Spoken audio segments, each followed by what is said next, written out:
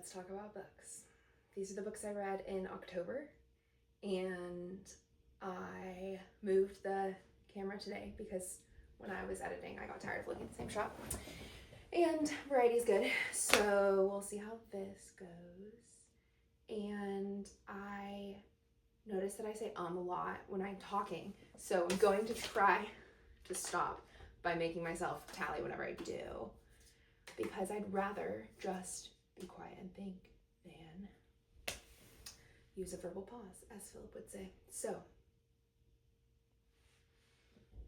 we're gonna get started with a great book, which is good because I did say these are the books I read in October. One of these, which is the biggest book, I did not. I DNF'd it so fast. So technically, I didn't read the whole of 3 of these books, but we'll get there.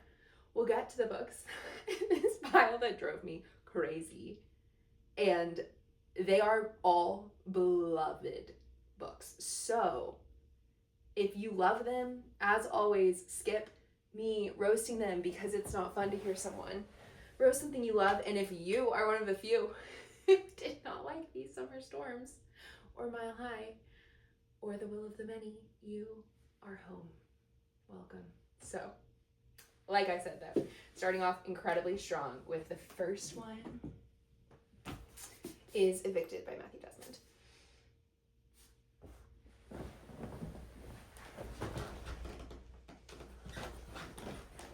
I just had to check it was going because last time, well, I did charge the phone this time. That was the problem last time, but I don't want to do all my talking to a little star in an empty room. This is for the people. Okay. Evicted by Matthew Desmond has been on my list for years. Like, since, I think it came out in 2018, since 2018. It is the book that you read if you care about evictions in America. And Matthew Desmond goes, and so he does ethnography, which is when you go and live with or closely with the people who you're studying. So one of my favorite books of ethnography is All Joy and No Fun.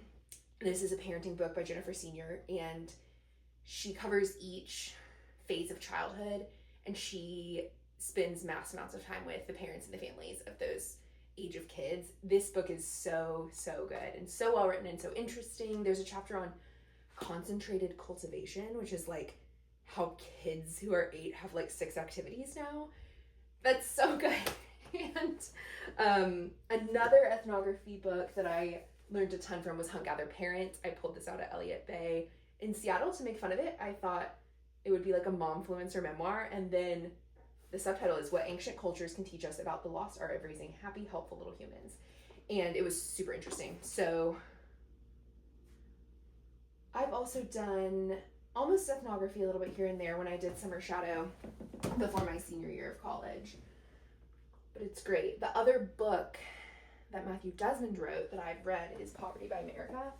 And as you can see, it's in the whole thing. This is a slim little book. So when Roxane Gay made it her book club pick, probably January 2025 when it came out, I was like, well, I have to read Evicted first. And Teddy was like, actually, you don't. This one's shorter. Just do it. So I did. It is so good. Both of these are incredible and devastating. And I care so much about poverty, and I love reading. Oh no, I said but I noticed.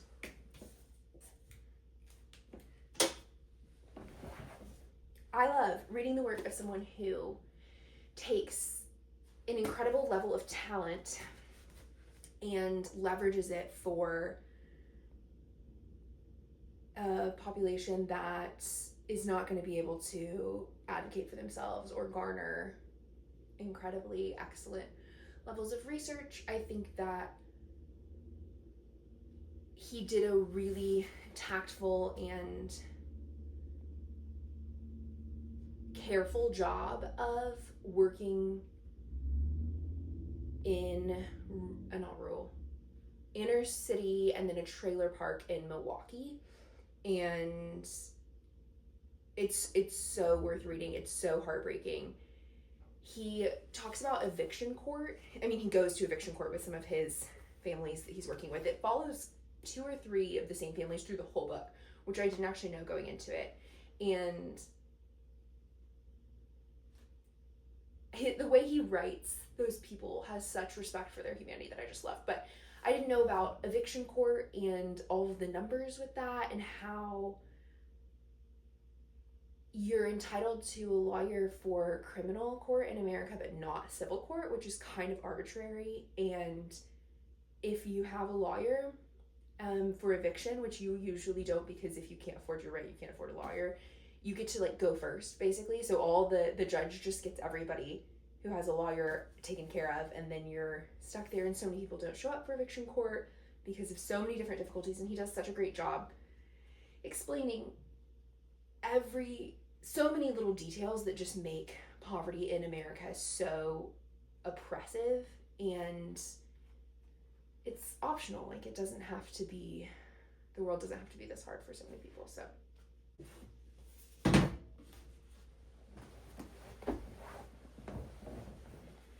the next book I read was Before I Let Go by Kennedy Ryan.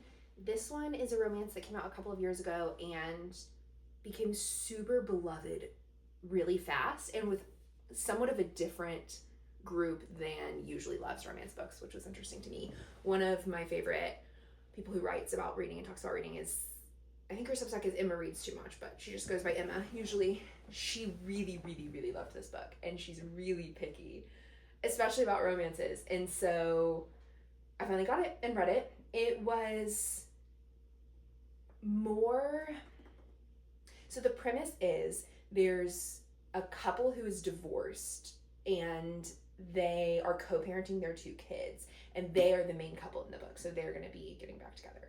My biggest complaint with it was that it took way too long for them to reconnect. And because they're co-parenting, it's not like in a lot of romances where you need to think of ways to make them run into each other. Like, they have to see each other all the time because they own a restaurant together and they have two kids together. And so, I mean, like 175 pages in, there was this like tense moment or something. And I was like, finally, they're gonna like kiss or whatever. And then they didn't. They just both went back to their houses. And I was like, oh my gosh. And like, I swear it wasn't until page 250 or something that they finally get back together. And the pacing on that wasn't as fun to me as I felt like it could have been. And then after all of that, like, great setup. It's set in Atlanta, which is so fun. I loved, there's another one set in Houston, The Kiss Countdown, which is fun. Like, I love just a big city that's not like LA or New York or whatever.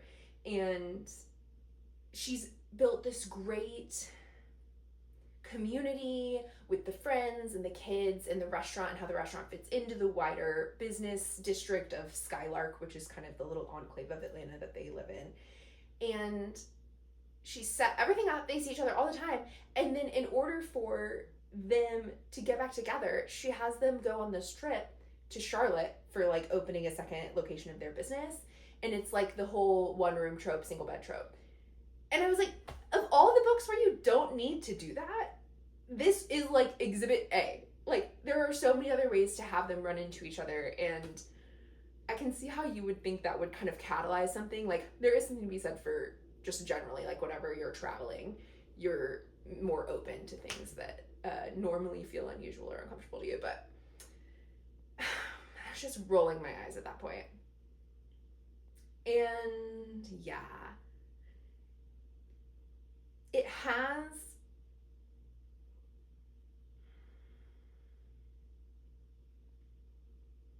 it's one of those books that's well written, and I just didn't love it.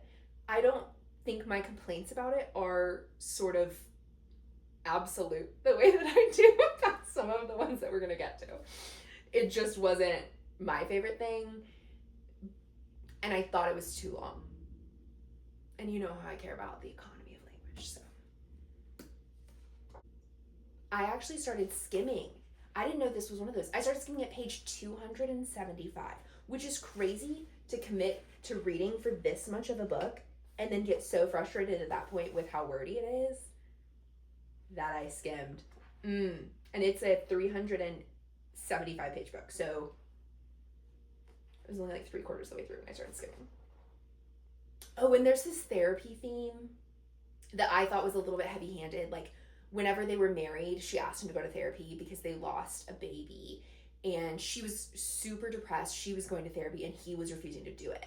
And then this is like 5 years later or something, and their son needs to go. And so the dad, the male main character, says he's going to go so that the son doesn't feel weird about it. And then, like, and that is important, and that could make sense that that would be something you'd be willing to do later in your life or for someone different in your life. It's something that feels really important to the female main character. And then there's these moments where, obviously, if you're writing therapy, it's a really obvious place to be able to talk about the deepest and hardest things, which can come across a little bit lazy. But the real problem was there were at least, I think, 2 times in the book where Josiah is having some breakdown or he needs to talk about something urgently, and he calls his therapist and gets in within like minutes. Like, he's like, I woke up and I like needed to talk about this thing, and I called him and he had just had a cancellation, so I just drove over and walked in. And I'm like, that's not how appointments work. And therapists work very hard and they have very stacked lineups, and you can't just like get in. Anyway, you know how I get about moving people through physical space, and if it doesn't work, and how that drives me crazy. Which I will give a shout out. We had talked about Wild Dark Shore, and I was like, how does the tunnel not flood? Emma and I talked about this like 2 nights ago. And she said that you go down to the tunnel, and then you walk through the tunnel, and the tunnel is flat. And I think that that works in the context of Wild Dark Shore. That actually made me feel better. Like, I felt like I was missing something, and I think that that makes sense.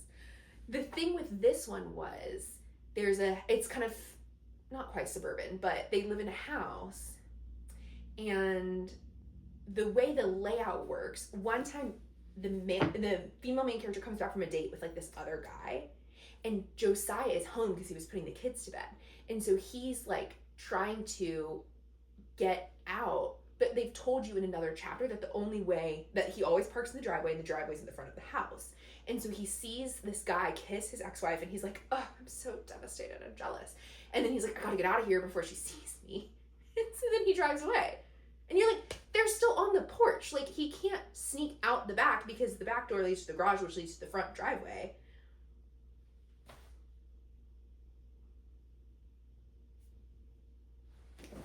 But all of that was mild critique. This could be a really fun book to read. It's not like one of those books where I talk about it, and I really hope that people use my dissuading them to not read a book.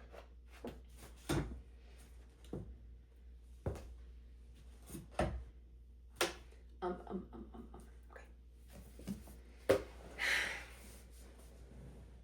I like a fantasy book. I do.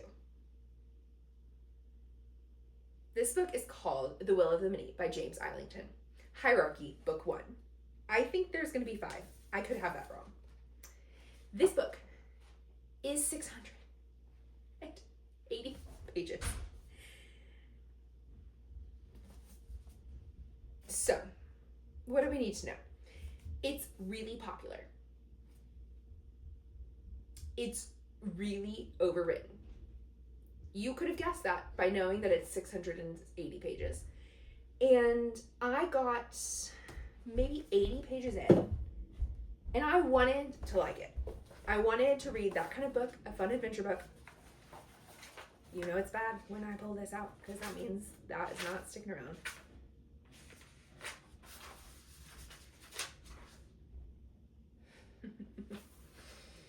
I can see how this will get cool, but I am just not in the mood for a 3-star read because of bad writing right now. The rhythm between signal tags and their dialogue was clunky, we'll come back to that, and difficult to read. And the paragraphs where he's catching you up and giving you background are placed weirdly, so it's hard to slow down enough to read them, which really matters in fantasy because you're having to explain the entire function of a world, which you don't have to if you're doing realistic fiction. And one of the best books for that, I think, and this is kind of, some people don't, which I respect, is Deadly Education. This is one of the sparest, best written fantasy books that I have read. And I love the characters, and I love the plot, and I love this series. And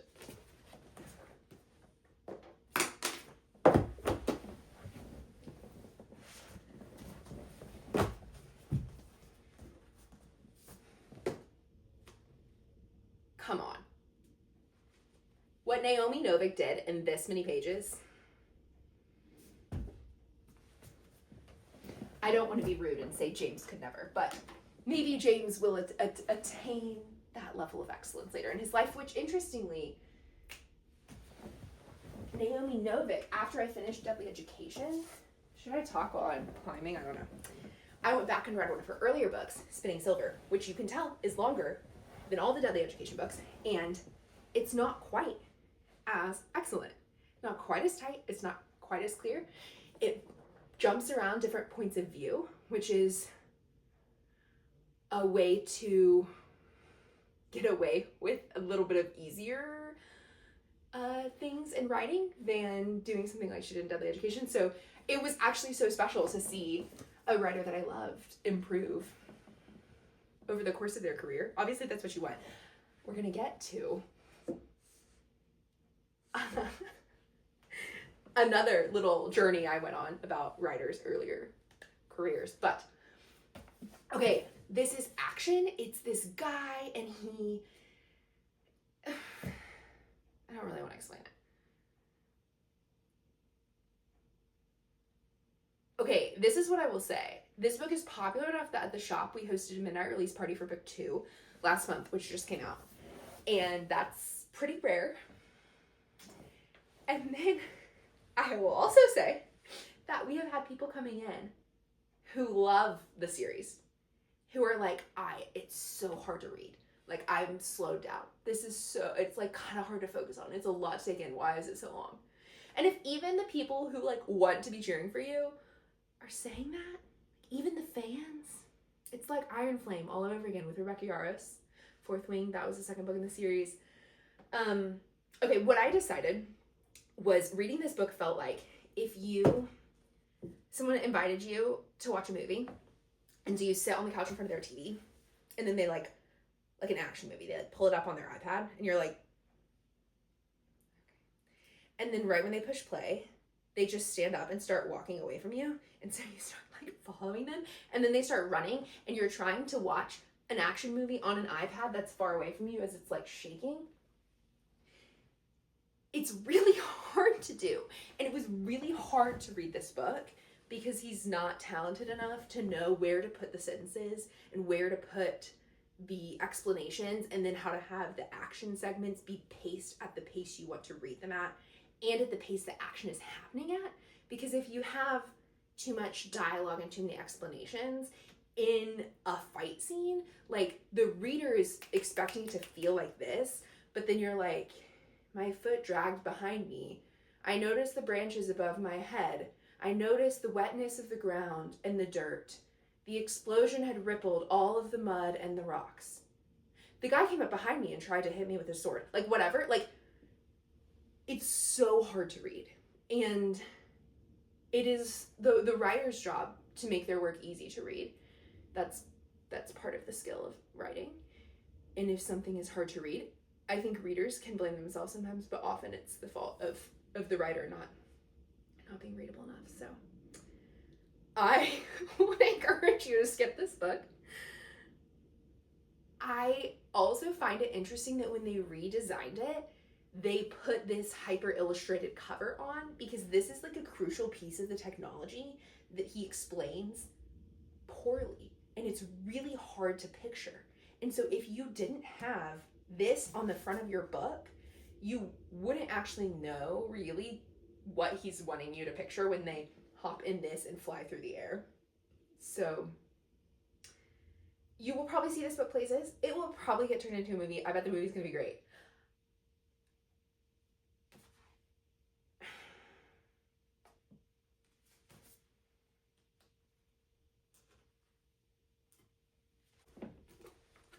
This is Soledad Brother by George Jackson, and we read this book as the staff at the shop, we only read selected pages from it. So this is the ones I was talking about where I didn't read the whole thing.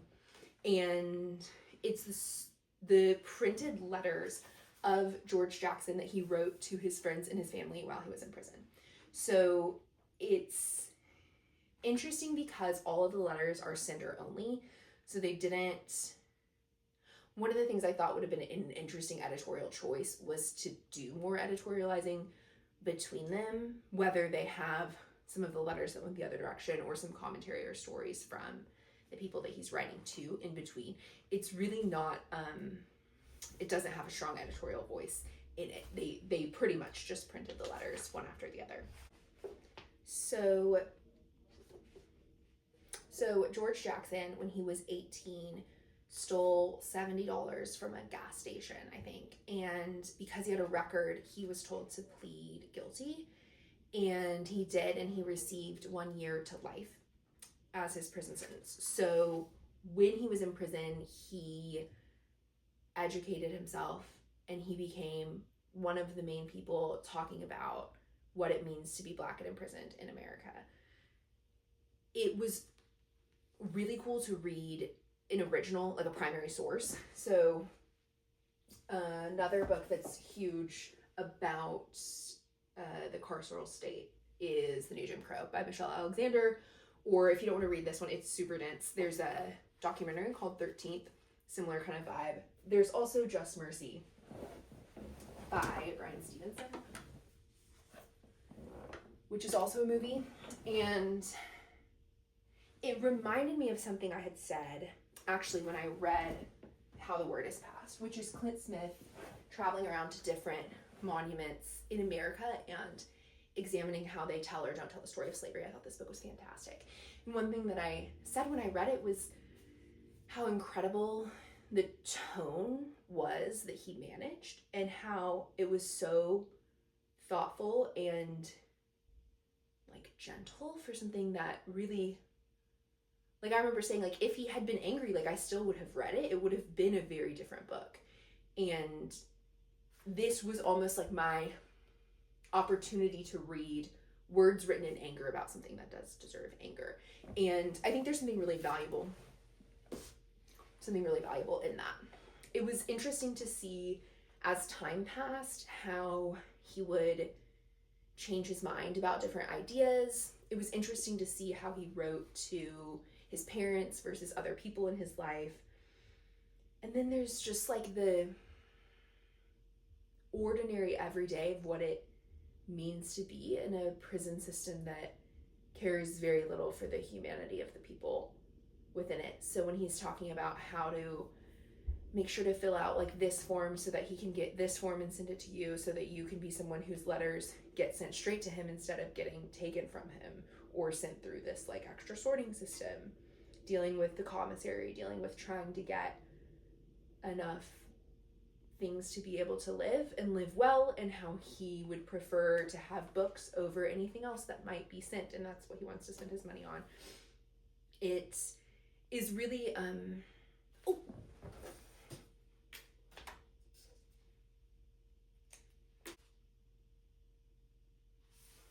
these letters were written from 1964 to 1970, and they were published before he was killed. So he was accused of murdering a guard.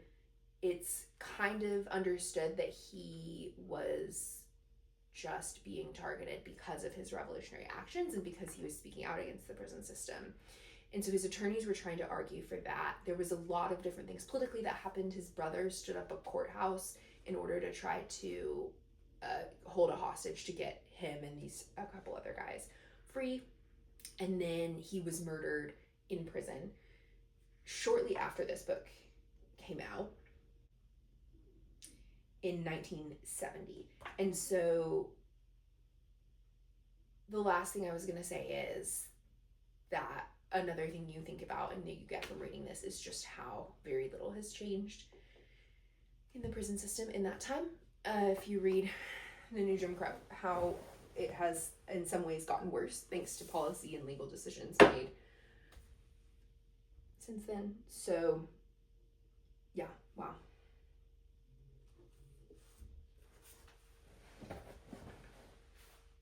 wonder how many times I've said and not noticed. The next book I read is called Gilead. It's by Marilynne Robinson. This is one of the books that is kind of considered a new classic. It, along with Evicted, actually was on the New York Times Best Books of the Century list, which I've been enjoying using to find books that are going to be well written, that are maybe things I should have read and missed. It tells the story of an old man in a town in Iowa called Gilead, and he is writing to his son, who's about 4, because he had his son so late in life that he's going to die before his son is old enough for him to talk to him, or really almost know him at all. And that kind of heavy premise suffuses the novel with this sense of grief, and also just of thinking about higher things and the things that really matter. Interestingly, the main character is also using these letters to help himself work through some interpersonal things with his best friend's son, who is named after him. And so it's not just like a trite little book of advice, or him being like, when I was 12 we did this, and then when I was 15 I learned this. It becomes this like live document where he's writing down like, oh, Jack is his best friend's son, who's maybe 30s or 40s. Jack came by today. You were so excited to see him. You meaning my 4-year-old son. He did this, and it really rubbed me the wrong way, and I'm trying to figure out why. I'm also remembering the time that they told me he was named after me. It was a surprise, and I was shocked kind of in a weird way, and it's really able to explore themes of family because of how his best friend's son is his godson, and then he's writing to his real son, and he's trying to figure out what his attitude is towards someone whom he should like and love, and isn't really sure if he can do either or does either. So it was really sweet. It's really slow, which I had been told ahead of time, and I think that helped. It picked up once Jack came into the book more, because there's more comings and goings, and you're wondering about Jack's story, and so that was good. It's not too long. I mean, barely 200 pages. A lot of people love this book, and I didn't love it. I did, though, have so many... Okay, they didn't give me a blank page at the end, which drives me crazy. The ink is my review, turning corners, but I had so many index pieces. So things that I thought were really profound or connected to themes that matter to me that I wanted to note in the back. Family, memory of hard times, Pharisees. Oh, this is a good line. Love is holy because it is like grace. The worthiness of its object is never really what matters. So there's so many lines in it that are beautiful, and the man is a really compelling main character. He gets married late in life, and his reflections on his wife and telling their story is so cool and so sweet. I also care...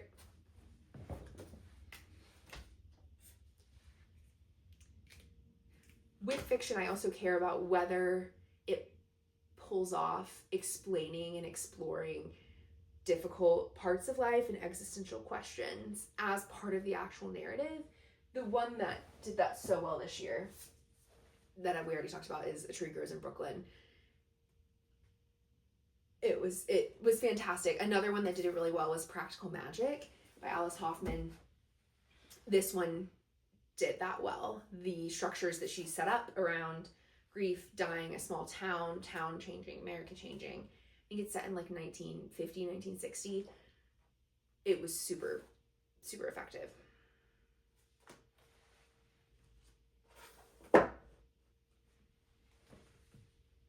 We are getting to this spate of books that I really, really, really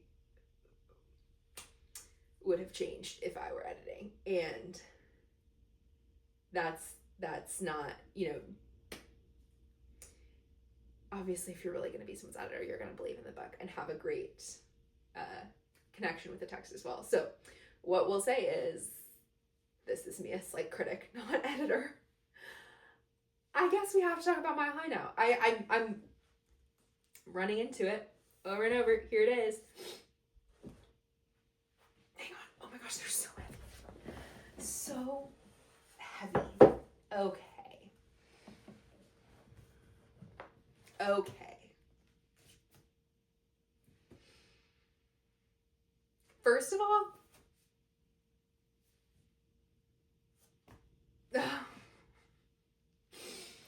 I wonder if I should just set a timer and then rail against these books until it goes off and then just move on. I did think about doing something that's common on book channels on YouTube, which is doing an entire video where you basically break down a book completely. And they're sometimes like an hour or two long. And Newly Nova, or her name is Lexi, that's the channel, does these for ridiculous TikTok books. And I have watched, I don't think I've ever watched the full 2 hours one, but like I'll sit through like 40, 50 minutes just watching her explain about the dragons hatching out of the eggs on the moon or whatever. And I really felt like with this series, I had so much to say that I could have had so much fun doing that. It is pretty close to homework, like to just giving yourself homework. And I never did actually sit down to do that self-assigned homework. So let me get a timer and let me just go from there.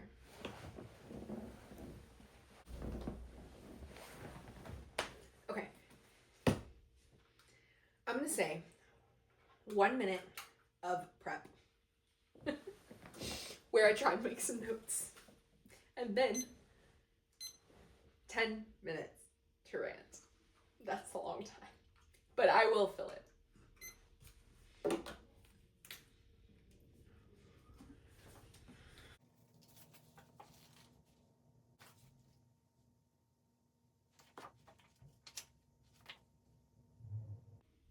Minutes.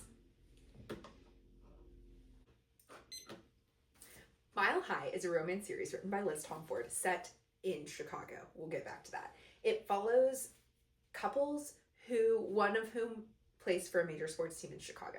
For some reason, it's all men who play professional sports. That feels a little bit like a missed opportunity to me. The first one, we have a hockey star named Evan Zanders, which is just a horrifying sequence of letters to look at on the page, like EVZD. It looks so weird. And Stevie, who is a flight attendant on the team plane.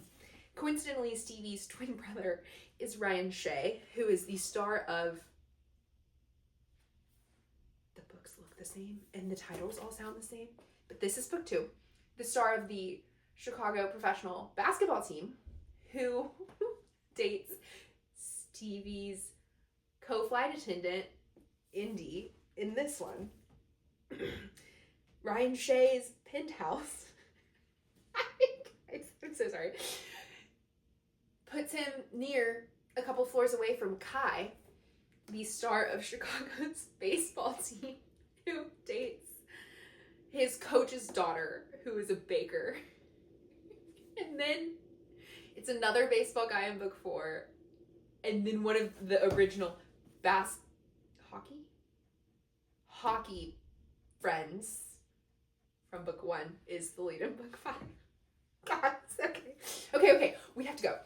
First of all, these are too long and they are not well written. At the sentence level, at the plot level, there are too many words every single place. I said that in my review of Mile High. Too many words, way too many words at the page level, but also at the plot level. There's no sense of clip. In the hands of a talented writer, maybe I would have been properly into this. Instead, I hate read it. DNF, page 318. which is a crazy point to DNF something at. That's like here, but also, why is this book more than 318 pages total? Why is it 472? Because Liz Tumford has not read her William Zinsser.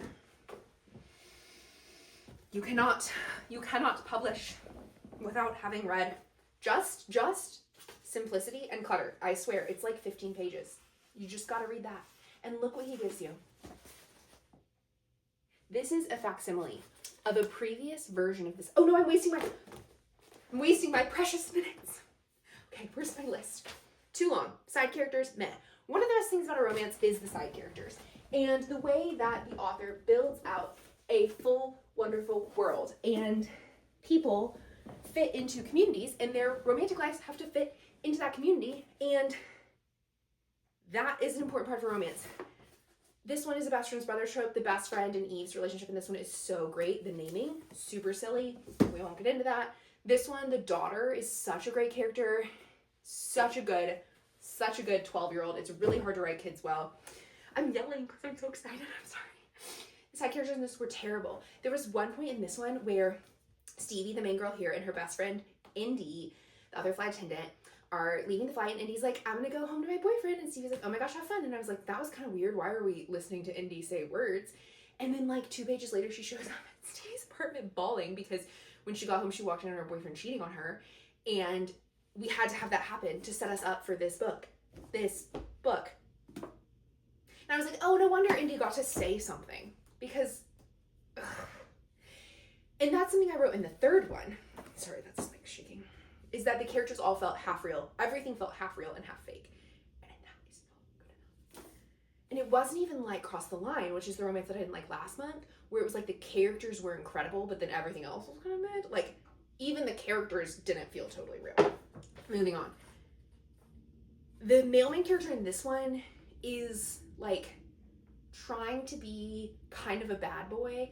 And then there's sometimes where you're like, I don't think this actually worked. I don't think this is, the first scene where he meets Stevie at a bar is like really not great, because he's like kind of cornering her and she's trying to leave because she's not allowed to fraternize with the players, but she's just at a bar because she wants to see her brother's basketball game. And he comes up behind her and like blocks her in. And first of all, like with the way that you meet him later in the book, that he's not a creep, that's like not something that he would do. It's kind of a little bit too invasive. But second of all, she's been flirting with the bartender all night. And what the author does is give him this line that's like, oh, you don't want to go home with him. And she's like, actually I do. And he's like, no, you don't, because he's been touching this one waitress over here, but like making out with the other one over behind this wall or something. And like in no bar is there a layout such that a random person eating would be able to get like all of the gossip behind the scenes about the bartender just from like sitting watching at a high top table. And also, if you're going to make the argument that it's okay to run around and be with all these different people, you can't then try and give your male main character this sort of moral high ground. Like, it just did not work. Too long.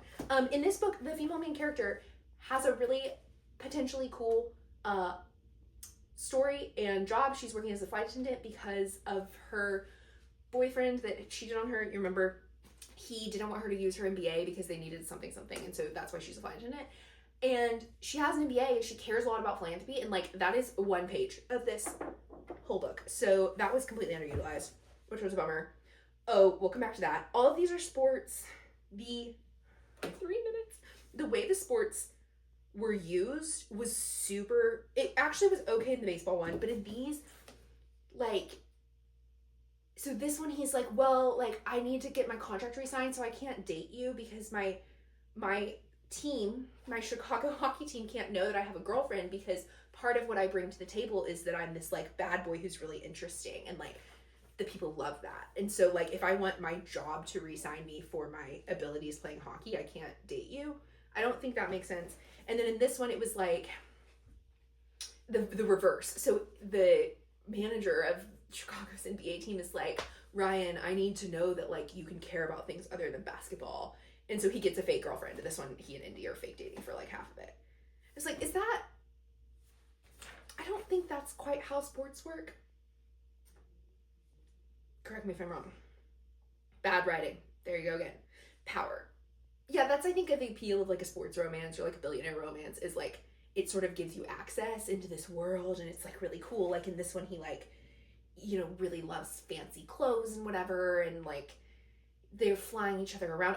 This is the one I DNF'd. I think I skimmed all the way to the end of both of these. Because Lo said something about this one, which is true. A lot of the issues in this one get fixed a little bit in these. Not enough for me to anything, but it is shorter. You can tell. Oh my goodness. In this one, he's a single dad on the baseball team. She is a baker, but she's like burnt out because she won a James Beard Award, and so she's really worried she's not good enough, which is not how awards work. Once you've won the award, that means people think you're good enough. And I also get that you can like achieve something and then feel like you'll never live up to it, but it was not explained in a way that made sense. So she's like, I just need a summer off. And her dad's like, you can watch my star baseball player's kid because he's firing all the nannies. And then they get together. But there's no arc or sense of motion to the story. So you can tell as the reader shortly in that she doesn't want to be a prestige pastry baker. She wants to open a bakery, which will work out nicely because he lives permanently in Chicago. We have to come back to the Chicago thing. Okay, it's on you. Okay, he lives permanently in Chicago, and so if she wants to own a bakery, then that's gonna like make their lives align in a way that's really helpful. But you figure that out as the reader, like here, and she figures it out here. And what's supposed to happen is she's supposed to realize it slowly over the course of time, and the plot should take the steps to get you there and to have them realize that they're going to be able to maintain like living together like they are past the summer.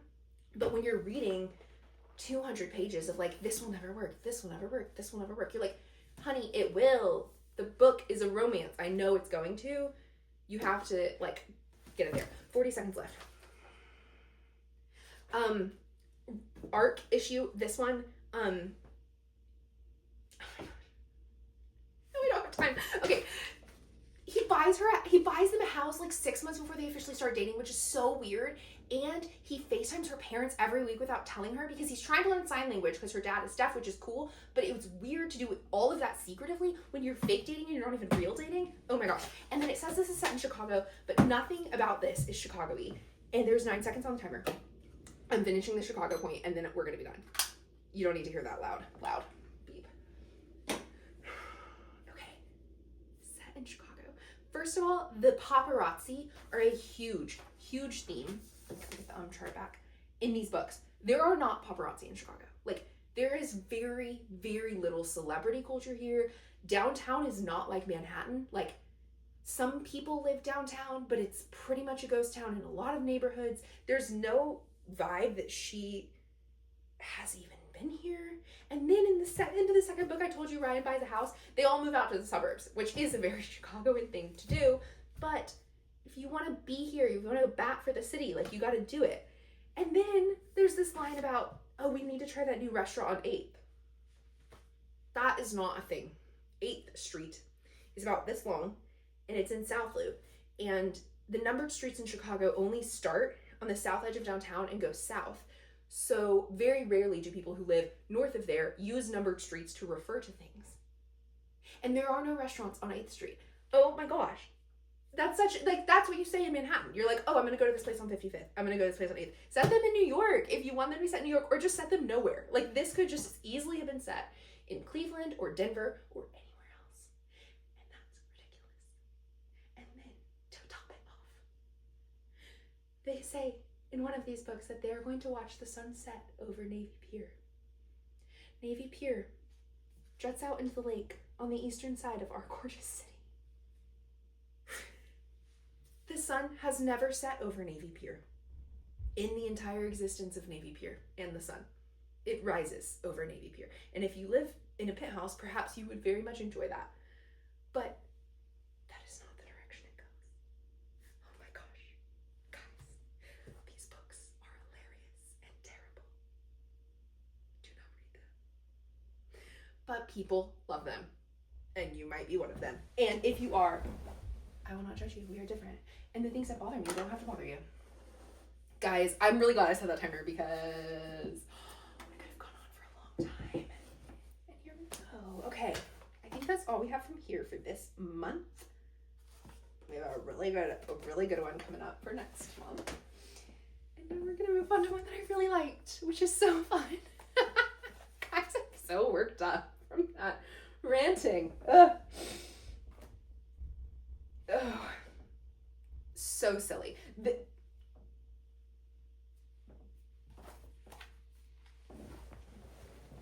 This book is called The Unselected Journals of Emma M. Lyon. That is a mouthful. And I had so many people tell me about it, which is why I bumped it all the way up my TBR. Leslie told me about it, and then a woman at the bookstore told me about it, and every time I was like, what is the title of this book? I'm never gonna be able to remember that. But because it sounds so clunky, whenever someone says it, you're able to figure out what book you're trying to talk about. So it's by Beth Brower. It is this big. And let me get actually 2 and 3. So this is just a work of fiction set in London in the 1870s. And it's there's like 25 of them by now or something. There's so many of them, and they're all just so slim. And so for that reason, I call it Murderbot for women, because Murderbot is a book written by a woman, so that's really not fair, but I didn't think it was very... Actually, I just didn't like it. But Murderbot is a book that all of them are this big, so there's like 15 of them, and you're kind of like, I hope you're just making a lot of money, I guess, by doing that, ma'am. So Beth Brower jumped on that. It is her journals, and the main character is Emma M. Lyon. Her voice is so distinctive. She feels so real as a character. This is set in London. I just said a spoiler that I don't want to have in here. So I'm going to try and say this again, and I will edit the spoiler out. You may keep watching this if you want to read this book, because you should. It's so fun. Emma moves to London into her family home. Her father was nice when he was alive and let this distant uncle live there. And so she has to move in, and she's trying to get control of her house and her fortunes back from this uncle. They have a really acerbic relationship. He makes her move into the attic. He's kind of sliced off part of the house to potentially rent out. It's interesting because most things you read in like 18 whatever's London are either really fun and fancy or really like Charles Dickensy. And this one, she's in the middle. So some of her friends have jobs as typists and that kind of thing. And she has to budget really strongly while she figures out how to get to the bank and blah, blah, blah. There's also a really, really subtle, interesting element of magical realism, which is whenever a book is mainly set in the real world, but there's like a little bit of actual magic somewhere in it. So in this one, in their specific neighborhood, things will disappear from houses and reappear in other people's houses. And then there's a place at the general store where whenever that happens, you can take the item and you put it on the shelf there. The person can go get it. And I have no idea where that's going to go. Like, I have no idea why that exists in this thing. And it's going to be super interesting. And it was a really, really enjoyable read. She was a really fun character. She's had to go through a lot. Like, she's had a lot of grief in her life. And she's just really plucky and lovable. I think it's going to be a lot of fun. So, I haven't read these two yet, but I am excited to. Next up is, I don't know why I'm saying that one. Falling over. Oh, we're getting there. We're getting there, and it's dark outside now. And I thought when I started this video, oh, this is perfect. This is the first time I've ever done this when it's bright outside. And there's snow, so there's like reflectiveness to make it brighter in here. But it's dark now, and I really don't want to talk about this next book. Guys, we can do it.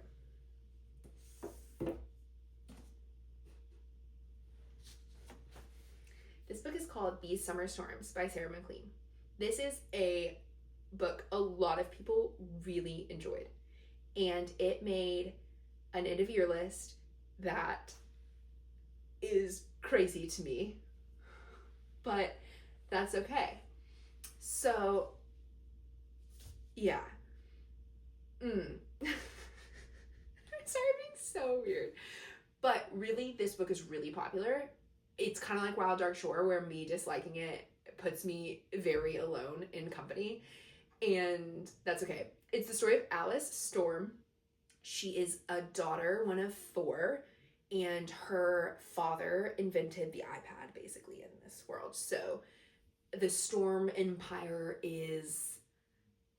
they're billionaires, and she, a couple of years ago, because of some bad behavior that she found out about from some executives, when her father just covered it up, it was like during the Me Too movement, she decided to step away from the family. So she teaches at a public school in Brooklyn and does not use or live with any of her family's money. Her father dies at the beginning of the book, and she travels to their little island off the coast of Rhode Island, I think, for the week of being with her family, having the funeral, and finding out about the inheritance. It's supposed to be really dishy. Not really dishy. It's supposed to have family drama. People compare it to Succession, and her siblings are both still integrated with the family. Her mom is there, and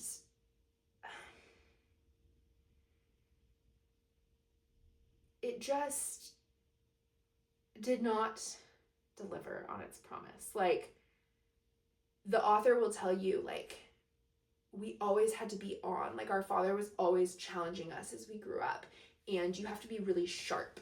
And whenever we're talking to each other, it's really harsh. And then you read their conversations, and it's just like they're just talking. Like, nothing is actually like that, like, tiger claws out. Nothing is that clever. No one is actually being really acerbic to each other in a way that would be interesting to read.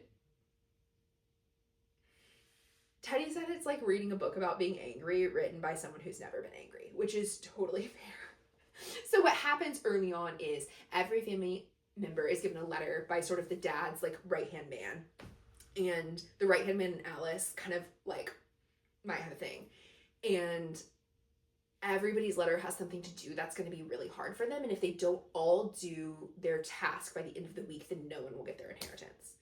Ooh. So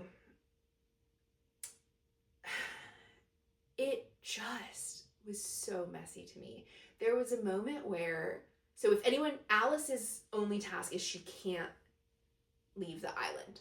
So she has to stay with the family. That after she separated from the business 5 years ago, no one in the family has really reconciled with her, and so she's very hurt.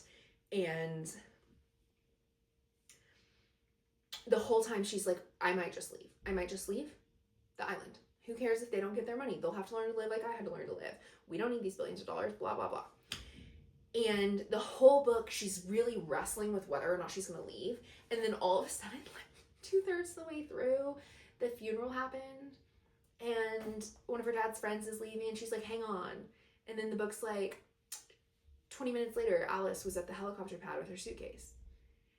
And she decided to leave, and you are not privy to any of what finally catalyzed her to do this thing that you've been wondering if she's going to do the whole book. Like, you don't just do that. You're in her head practically the whole time, except when you're not, which also drove me crazy. So this is third person attached, usually from Alice's, you're attached to Alice, but each other sibling gets one chapter in the book, which is, to me, the epitome of lazy writing, because that just means there's a couple things that you need the reader to know that you can't get them to know with Alice being around, and so you just stick these extra chapters in, and that was crazy. I would not have gone along with that. And then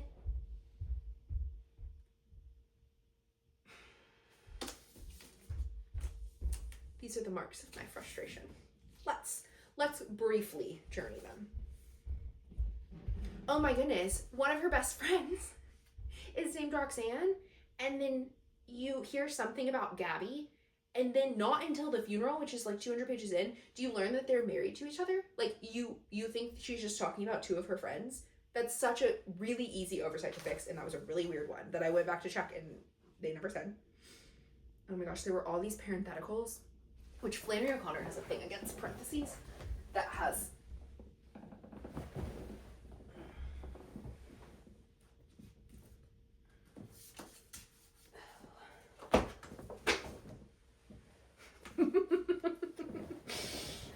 be like, first book dropped. No. Okay. Flannery O'Connor mostly wrote fiction, short stories. This is a collection of her essays and speeches, which is nonfiction. And I think it's in here that she basically says anything in parentheses either deserves to be taken out or deserves to be part of a real sentence. And if you write thinking about that, you will find she's right 90% of the time. Sarah MacLean needed to hear that because she will put parentheticals in that address the reader, which is not something this book does or is trying to do. A dozen beaded bracelets. So there's like a woo-woo little sister who likes crystals and stuff. Parentheses. Labradorite, malachite, moonstone, peridot. You get it. Close parentheses. Clattering on her wrist. Who gets it? Why are we using the second person there? That is not okay. That's not something we're doing in this book. I mean, you named them Storm, and then you named it These Summer Storms. I didn't really love that. There's a whole, like, my father would have said this. My father would have said this. There's no arc to the way that she changes her understanding of who she is in her family and who her father was and what he wanted from her, which is the only way this book would be interesting. The whole time she's just like, Franklin Storm was a really, like, judgy, business-only person. And then, like, at the end, she's still saying that same thing. She doesn't actually really, like, I don't really know who character transformed through this book, which is the whole point of the book. There's a whole motif with the funeral where every time it's like, well, Dad's funeral's in 2 days, and the mom will say, it's a celebration. But, like, 40 times later, that's not actually an interesting thing to read. It's just like you're just trying to write this in here and make this work, and it doesn't. Guys.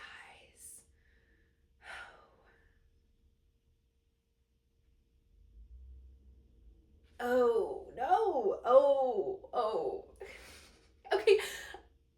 I think part of why I was so frustrated with this book, I guess, is like every level of the writing, like from the structure and the plot to the sentences, I just have issues with. So in this one, it's like she's talking about the dad's right-hand man, except he'd been furious then. So they kiss once, and then this is them kissing, I think, for the second time. So she's remembering the first kiss, except he'd been furious then. She'd seen it in his controlled, perfect motions. So the order of those words was furious, controlled, perfect. And then, trying to be a little artsy, but she goes, this wasn't controlled, it wasn't furious, but it was perfect. So she has her first word over here be the second word here, and then the second word here is first, and then the third one is the same, which you lose your parallel structure when you move around the order of the words. It should have said, he'd been furious, she'd seen it in his controlled, perfect motions. This wasn't furious, this wasn't controlled, but it was perfect. Then you keep the words. The first word is the first word here. The second, third. Boom. That's cool. That's so tiny. That's so fixable. Oh. I already talked about that one when she randomly decides to leave the island and you don't get to see why. Dad, talking about how Dad controlled their whole life, every single page, and it not mattering or helping anything. Talked about that. Oh my goodness, there's this whole part where her dad... Sorry. Her dad doesn't leave her a letter. Like, everybody else gets a letter, and it really hurts her feelings, but she's like, yeah, we were estranged. And then he actually puts a letter to her in the back of a painting, because she's a painter, but they don't discover the letter until here, but they move the painting off the wall and move it around the room over here, and I really don't believe that no one would see a letter tucked in the back. That didn't make any sense. You'll have to trust me on that. Funeral celebration, we already talked about that. Guys, this was another book I was like, I could do a whole video about why this book is so silly. But clearly I have no problem being savage, just on my own. Oh, yeah. This is like a little pacing issue on the page level. Obviously, you can have pacing issues over the whole book. An oak crashes through the house into the office where she thinks the father's right-hand man, Jack, is. And so, obviously, this is like, you want to know if Jack's okay. You want to know what's happening. We get this whole paragraph that's like, one moment she was thinking this, and she didn't know what would happen with her mom and her little sister, and she wanted to stay close in case everything. We've already been told the tree crashed, and now we're having to read this paragraph.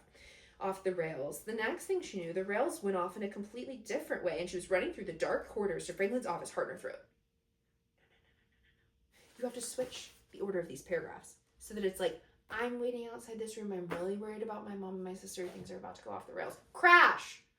Things went off the rails in a totally different way. I'm running through the labyrinth of the house.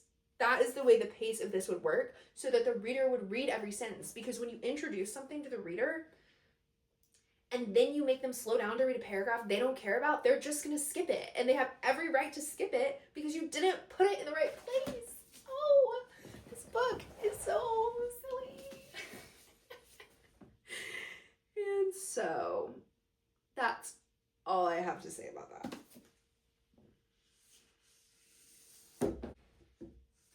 Okay, the next book I read was A Million Junes by Emily Henry. Emily Henry is a famous writer. There are not many of those these days. She wrote primarily one romance book per April. I really feel like I'm supposed to love her. A lot of people who read similarly to me love her, and I just don't. I've read both of these. I liked them both fine. There are things about both that didn't work for me. And for some reason, when I found out that before her current roster of adult romances set in little beachy areas, that she wrote kind of off the wall young adult fiction with magical realist elements, I was curious. I don't really know why, because it's not the same as with Naomi Novik, where I really loved the first book, so I wanted to hopefully find more of that, or at least see where she came from. But I was just so curious, and Emily Henry is just so in the air at the shop and in the different book communities and people that I talk to. So I decided to read 1 Million Junes, which is one of her earlier books, and it was interesting to see the things that she's gotten better at, the things that she's pruned away, and the things that are really the same. It follows a girl in high school whose name is Jack O'Donnell, but because she's the second or third or something, she goes by June, like the month, but like junior. So there's a place where her family lives, and her family's lived there for generations, and it's a little bit magical. And then there's this other family in town, in their small town, that she's really supposed to stay away from, because when her family and that family cross paths, bad things happen. So the book is obviously her meeting the hot young boy from that family, and them having a connection, having to figure out, like, do we need to fight this thing, or can we solve the problem that has plagued our families for generations? And because it's magical realism, like, they actually kind of shoot through time occasionally. There's these little white fluffy things that if you touch it, then it'll transport you or whatever. So the magical realism is not something Emily Henry carried over. She did carry over cute small town settings. The banter is pretty consistent. She kind of has people be cute and funny. There's cute carnivals in a lot of her books. There's a cute carnival in this book. The thing that she is better at now is scenes. So these books are really tight in terms of, we are in this room for this purpose to move the plot forward here. We're going to go, the arc that I'm talking about, Emily Henry is always watching her arc. And so we're going to be here. This scene is for this purpose. This scene is for this purpose. Everything's going to break down when this happens because it has to cause this, which has to breathe to this, right? This book. And so what it involves, the reason I'm using the word scenes, is because you're jumping in between them. You're like skipping time. This book was like watching the action happen live. Like, it is 389 pages, and it's like you're just seeing every single moment of this young girl's life. And so that was not great. Also, Emily Henry does silly names. I made fun of June Jack already. Still has silly names. In this one, the boy who's in the family, who's the feud family, his name is Saul Engert. like the word anger with a T on the end, which is just not subtle at all. Oh, Emily Henry is really strong at portraying parents and close friends, which we talked about already today. She's good at that. She was good at that here. The best friendship among other relationships, hers with her mom especially, and this one is fun and really deep and done really well. I started skimming at page 175 and missed nothing. A lot of skimming this month. Yeah. Oh, another Emily Henry trope is having the main characters be writers or book reviewers or people who work in publishing. Emily Henry has picked her lane. I really don't like books where the main character is a writer. And yet, with Emily Henry, it's so clearly like how she is trying to do what she does. I don't want to criticize someone for not doing something they're not trying to do. And she's picked her lane, and people don't mind that. I don't love it, but that's fine. It was funny to me when I'm trying to see where this writer came from that even in this book, the character was a writer. Now, it makes more sense to be a writer because you're taking a creative writing class in high school. That feels like a very real, valid situation. But of course, it leads to some obvious ways of exploring, how do I know who I am? I'm telling the story of my family, like, because you're telling it for class kind of thing. So I wouldn't recommend this, but it wasn't bad. If you love Emily Henry, it might be super fun. Another Emily Henry thing, last thing, is like, there's always, I talked about this with Beach Read with the dusty basement / other things, but there's always some part of physical space that just isn't explained well enough for it to make sense. And in this one, there's this waterfall, pool, diving nature area that's really important to everything about the magic and the plot, and I could not figure out the layout of it when they're jumping and swimming and there's a cave. Like, there's so many pieces of it that it did not make sense to me, which was kind of a bummer.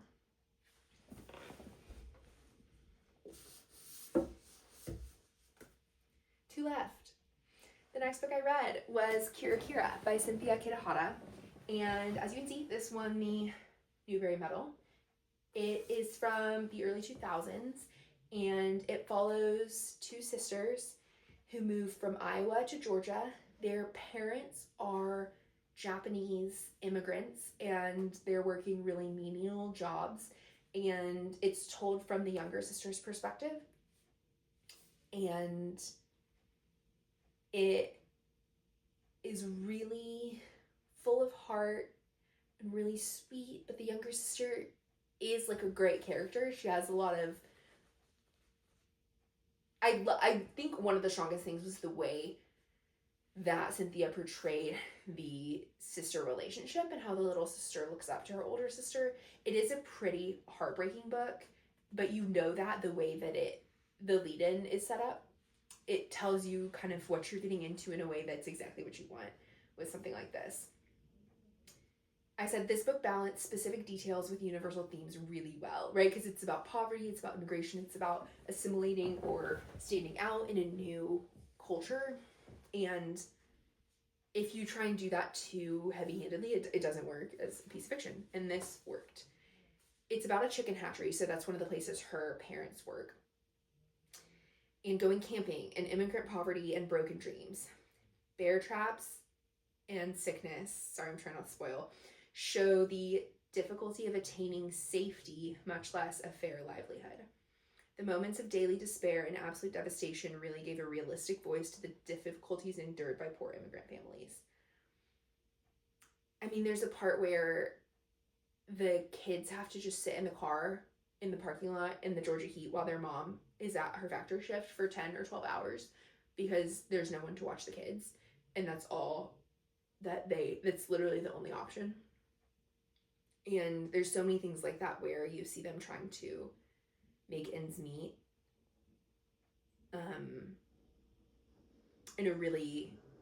It's told really compellingly. And it's kind of like Persepolis, which I was talking about a month or two ago, where it's like to see something really significant or really hard through the perspective of a child is a really cool way to write, to tell something. A Tree Grows in Brooklyn is similar to get to do that. So I don't think I'll reread this one. I was glad to have read it, and I think there's a lot of beauty in it. I don't want to say anything else. If it were the last one, that would be kind of a perfect circle back to Evicted. Although I don't think they get evicted on it, but just the difficulties of poverty in America. Okay, last book. The last book I read was Me Talk Pretty One Day by David Sedaris. I had not read any David Sedaris, which is an oversight. I wish I would have picked Happy Go Lucky because it's more recent. And with humor writing, some of it goes sour faster than you would want, if you know what I mean. So that was a bummer. But it's humor writing, and it's, sorry, I keep covering my mouth. It's humor writing, and it's really well written. And so it read really fast. It did not take me long to read, and I'm not a fast reader. Yeah, 5 days. And there were some moments that were so sharply observed and so specific. And that's really what you want from strong writing. And so that was a lot of fun.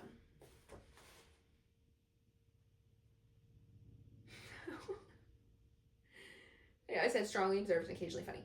It was self-deprecating, convincingly enough that I was ready to stop hanging out with him by the end of the book. So that too. Okay. Final count. Who knows? If you counted, please let me know because I think I forgot, but we'll see.